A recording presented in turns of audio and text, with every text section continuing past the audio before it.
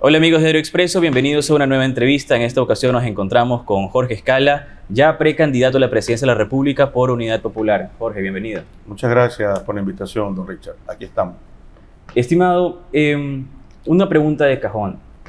Usted reaparece, al menos en la política nacional, 10 años después de haber tenido una candidatura para la Asamblea Nacional.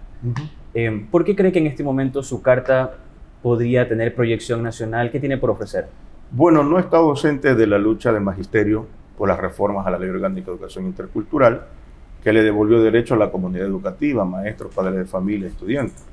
No he estado al margen de la lucha campesina, que ha estado exigiendo de manera permanente precios justos a sus productos, junto con los agricultores. He estado permanentemente en la defensa de la seguridad social frente a las amenazas de privatización y de incrementar la edad para la jubilación y aumentar aportes.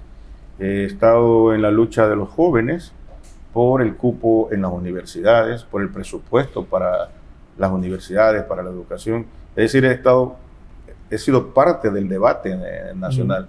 Y eso significa, en la medida que se reivindican aspiraciones y derechos de los sectores sociales, no deja de ser una acción política, precisamente porque quienes amenazan o vulneran los derechos vienen desde las decisiones políticas, se originan desde las decisiones políticas.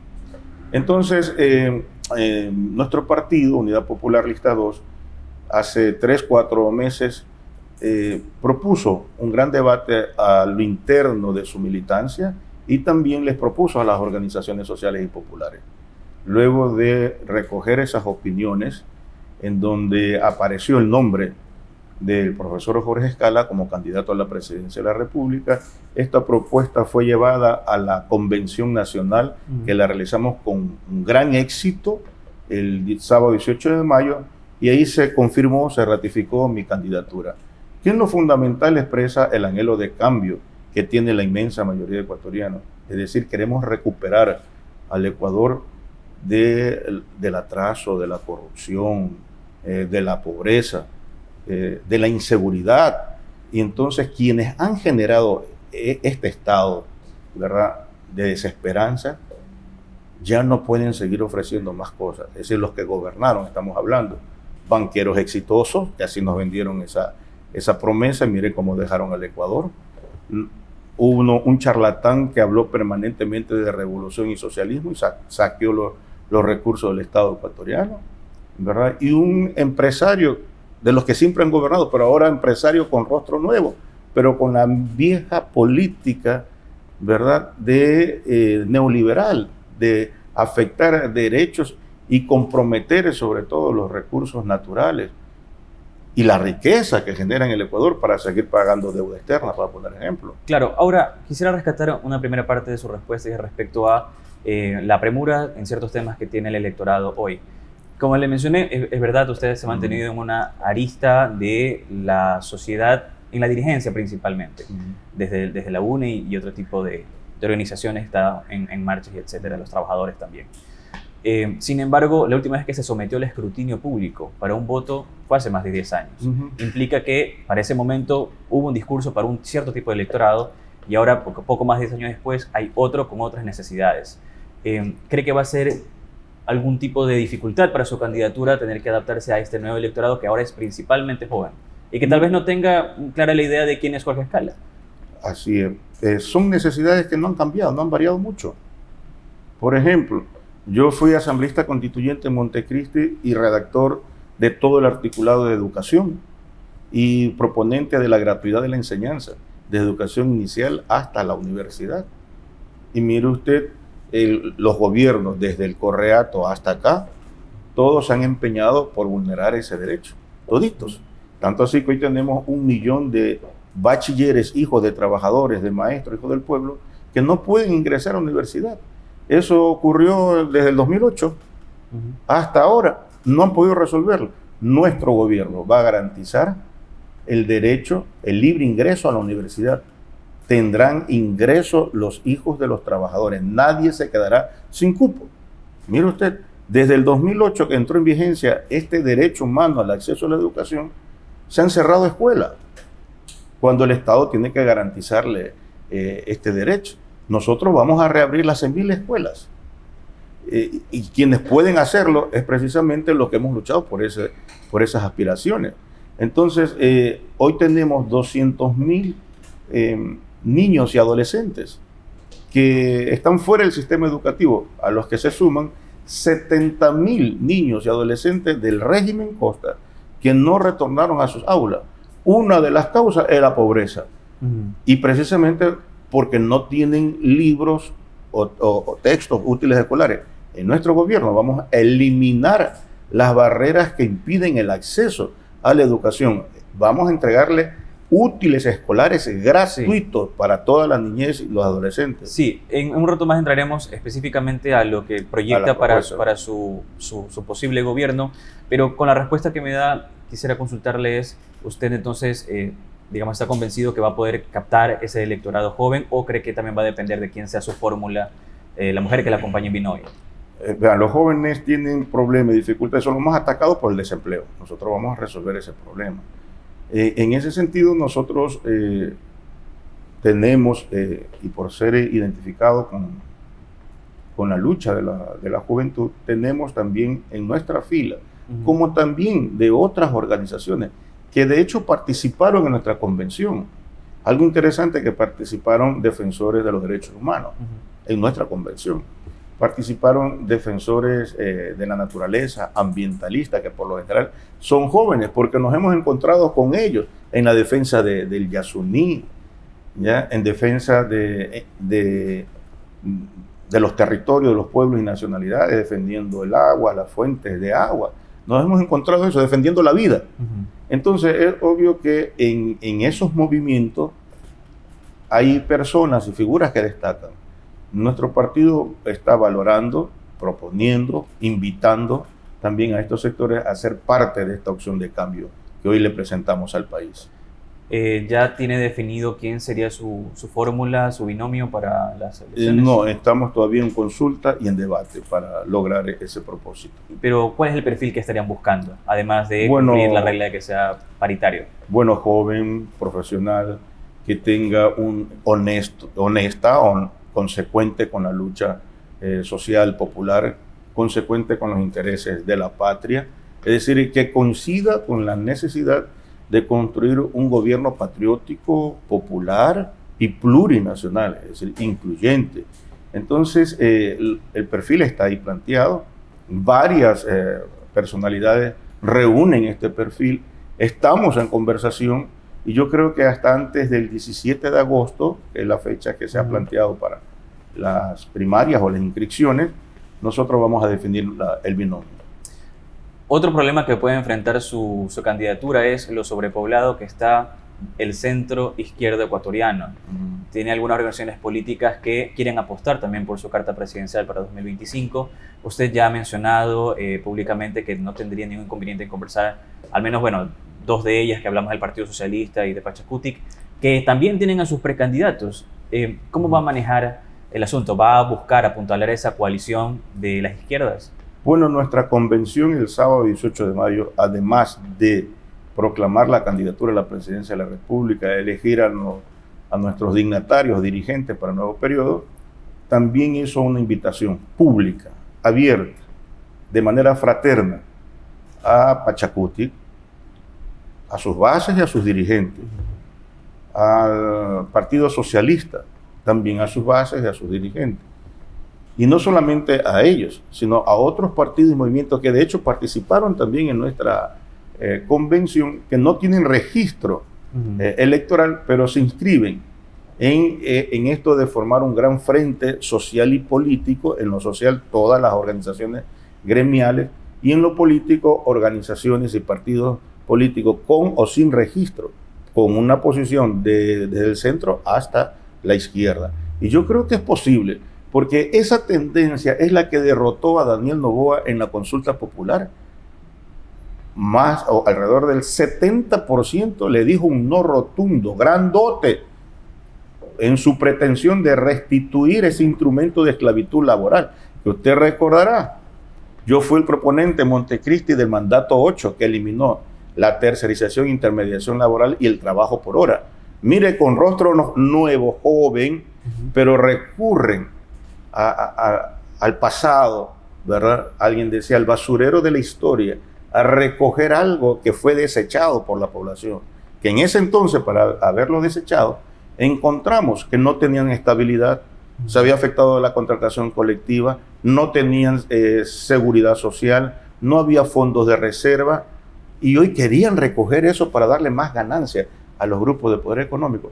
Esa tendencia democrática y de izquierda que derrotó a Noboa, que lo hizo retroceder en su pretensión de tomarse por asalto el territorio de los comuneros en Santa Elena, está vigente. Entonces a ellos le hacemos esta convocatoria, este llamado de manera fraterna, y yo creo que es posible. Si hemos logrado estos propósitos, estos objetivos, ¿por qué no para rescatar a la patria de las garras de quienes la han traicionado de manera permanente?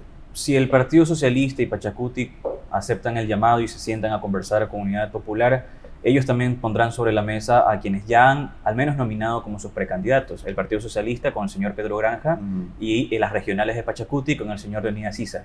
¿Usted se sentaría a conversar y someterse incluso a una votación de esta coalición para ver quién sería el presidenciable mejor evaluado entre Issa, Pedro Granja y usted? El primer paso es sentarse a conversar. El segundo paso, la necesidad de construir juntos un programa de gobierno alternativo, porque más allá de las personas, necesitamos presentarle al Ecuador, al país entero, ¿verdad?, qué es lo que queremos hacer en este proyecto de unidad. Entonces, y luego, obviamente, tendríamos que discutir los abanderados y los exponentes. Mientras tanto, yo soy el abanderado y el exponente de Unidad Popular, de este partido que permanentemente ha venido luchando, que recoge y busca hacer realidad el legado histórico de nuestro compañero Jaime Hurtado González, de construir la patria nueva, la patria libre de potencia o de tutelaje de potencias extranjeras, que aspiramos y construir la patria nueva de bienestar para todos, nadie sin educación, todos con salud, ¿verdad? Generar fuentes de trabajo, que es lo que le da bienestar a la gente. No es posible, ¿verdad?, que profesionales jóvenes no puedan tener una plaza, que el Estado no le garantice. Nosotros en ese sentido hemos dicho, si las pymes generan el 70% de plazas de trabajo y por lo general proveen el 100% de lo que todos nosotros nos servimos, comemos, nos vestimos, es obvio que el Estado pueda fomentar con créditos blandos a largo tiempo, ¿verdad?, y bajo interés, con el propósito de seguir generando plazas de trabajo. Mire usted cuánto se podría hacer. Podríamos o no emprender proyectos de carácter social para resolver, por un lado, el déficit habitacional con municipios y profesionales, ¿verdad?, que sí los hay de toda índole en programas de vivienda popular. Y mire usted cuántas mueve la economía y cuántas plazas de trabajo se pueden crear. Es decir, vamos a invertir en la obra pública. Estimado Jorge, como le mencioné, en un ratito más hablamos de su plan. Quisiera ahondar en su candidatura, cómo se mueve en el tablero electoral. ¿Dónde queda el correísmo? Es otro actor que está del centro de la izquierda y tal vez el más fuerte electoralmente. Ha llegado 2 veces ya en las últimas elecciones a segunda vuelta. ¿Dónde lo dejan al correísmo? El correísmo queda en la derecha, en donde tiene que siempre estar. Él quedó en el pasado de corrupción, por lo tanto no representa lo nuevo. Entonces, por eso es que están desesperados, hablando, invitando. Veo que invitan al dirigente Issa, no hay pronunciamiento de él, pero yo veo una actitud desesperada, porque el pueblo ya sabe y no va a volver a caer en un gobierno que fue calificado como reaccionario, represivo, violador permanente de las libertades y la democracia, ¿ya? Que ha fomentado los antivalores como la corrupción. Entonces, casi todo el partido, sus dirigentes con sentencia, o están prófugos. ¿Qué pueden ofrecer? ¿Qué pueden ofrecer ellos? Por eso es que el país los ha derrotado en las urnas. Y con ellos ni a misa ni a la esquina. Ellos forman parte del pasado de corrupción. Ustedes también cortarían comunicación con aquellos que se alíen con el correísmo, entonces. Bueno, más allá de que eso ocurra, las bases del correísmo están buscando una acción en vista de que permanentemente han sido derrotados porque no tienen posibilidades. ¿Ya? En todas las contiendas electorales han sido derrotados. Están que se sacan los ojos en la asamblea. Bueno, yo creo que por ahí no es la opción. Ellos representan a una posición política definida, clara, ¿verdad?, que es la nueva derecha del siglo XXI. Por ahí no vamos. Además, porque fue que precisamente atacó al movimiento social y popular. Persiguió al movimiento indígena, pues. Yo no creo que las bases del movimiento indígena tengan que ir con quien fue su verdugo, que le quiso quitar hasta su sede de la Tonalla. Los maestros fuimos perseguidos, destituidos nuestros compañeros dirigentes. Se tomó por asalto las casas del maestro desde la UNE Nacional en Quito y el resto de provincias. Entonces destituyó maestros, se le robó la compensación jubilar a nuestros compañeros maestros del 2008 al 2010, que tuve que presentar un proyecto de ley interpretativo para hacerle devolver lo que le robó el correísmo, que nos mutiló el escalafón docente de 10 categorías, nos redujo a 7 y nos congeló la remuneración por 12 años y que nos llevó a 2 huelgas de hambre en el 2021-2022. El que redujo de 200 a 12 millas nuestro mar territorial, y usted recordará que fui el asambleísta defensor de nuestra extensión territorial y obviamente en nuestro gobierno vamos a recuperar las 200 millas, vamos a ejercer plena soberanía. Y ahí está el video de mi intervención y el tiempo nos dio la razón, cómo las flotas de potencias extranjeras saquean nuestros recursos naturales, porque hoy solo estamos reducidos a 12 millas. Eso se terminará.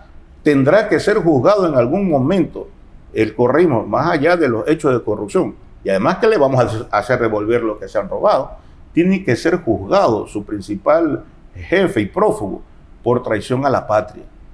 No solamente por lo que ahora está alentando para que el Ecuador sea sancionado en organismos internacionales, por lo que ocurrió con la Embajada de México, ¿verdad? Un ecuatoriano promoviendo la sanción para nuestra patria, es absurdo, sino por lo que han hecho, por lo que hicieron, por lo que condenaron al Ecuador a la angustia, a la desesperanza, a la corrupción. ¿Cómo vamos a ir con un gobierno que dejó hipotecado al Ecuador en cuanto se refiere a recursos con esta venta anticipada de petróleo? Y mire cómo terminó esto, en saqueo de nuestros recursos y sobre todo en corrupción. No tienen nada que ofrecer. El sobreprecio de las escuelas del milenio, que tenía que hasta el 2015 construirse 2.000 escuelas. Terminaron el mandato solo con 70, 80 escuelas del milenio. Entonces no tienen nada que ofrecer esta gente. Representan al pasado de corrupción que los vamos a enterrar en el 2025. Dos temas de coyuntura del presente, ya que mencionó la crisis diplomática con México, su postura respecto al caso Olón, que involucra a la familia presidencial, y la decisión del presidente Daniel Noboa de incursionar en la Embajada de México para detener a Jorge Glass. A ver, en lo que se refiere a Olón, nosotros presentamos la denuncia en la Fiscalía por tráfico de influencia. Y está demostrado cómo intervinieron varios funcionarios para aprovecharse del Estado, ¿verdad?, y entregarse beneficios, como la que pretendían hacer en Olón. El pueblo los condenó públicamente y los obligó a retroceder. Pero la Fiscalía tiene que hacer su trabajo y tiene que sancionar a aquellos que intervinieron en este trámite. Entonces es una demostración de cómo la oligarquía, ¿verdad?, utiliza el Estado en función de sus intereses económicos, sobre todo, atentando a la naturaleza. Y además que también está involucrado en otros conflictos que han generado empresas mineras, como el que está ocurriendo en las naves, en la provincia de Bolívar. Y desde esta tribuna quiero que me permitan expresar nuestra solidaridad, porque hay un maestro, también expresidente de la UNE, de los 6 condenados, precisamente por enfrentar la voracidad de estas empresas mineras canadienses, donde se dice que detrás de esa empresa también hay intereses de los Noboa. Entonces, este tipo de prácticas no pueden ocurrir. Eso es lo que vamos a derrotar. De eso está cansado la juventud, los trabajadores y los pueblos del Ecuador, y que queremos cambiar esa realidad. En el tema de la Embajada de México, nosotros somos partidarios que todos los delincuentes de la banda delincuencial del Correato deben estar tras las rejas, pero ese no era el mecanismo. Porque Daniel Noboa sabía lo que iba a ocurrir, tanto así que ellos anunciaron que se anticipaba una fuga. Pues entonces captúrenlo fuera de la embajada. Es más, pocos días después de haberse aprobado todas estas leyes antipopulares, la ley urgente económico de la que se benefició él, el Grupo Novi, de la tía y todo lo demás, que les exoneraron 4.800 millones de dólares, luego de haber pasado la ley del IVA, ¿verdad? Es decir, luego que se produjo el pacto o las consecuencias de beneficiarse del pacto, ¿verdad? Es que se produce este tipo de incursión en la embajada. Entonces es evidente que frente a la pérdida de popularidad que va en caída, en picada, Daniel Noboa buscaba tener algo de cómo sostener esa pérdida de popularidad, y próximos a la consulta popular necesitaba tener algo que él diga está combatiendo la corrupción, y ya nadie se traga esa rueda de molino, porque resulta que Daniel Noboa apenas se posesiona, hacen un pacto en la asamblea con los metástasis, con purga y con plaga. Esa es la mayoría en la Asamblea Nacional. Y es más, está buscando conformar una nueva mayoría en la Asamblea utilizando las viejas prácticas mañosas de comprar asambleístas para tener legisladores de bolsillo, para imponer leyes antipopulares. No representan lo nuevo, representa el fracaso y el pasado de corrupción Daniel Noboa, y por eso está menos del 50%, y en el 2025 lo vamos a derrotar.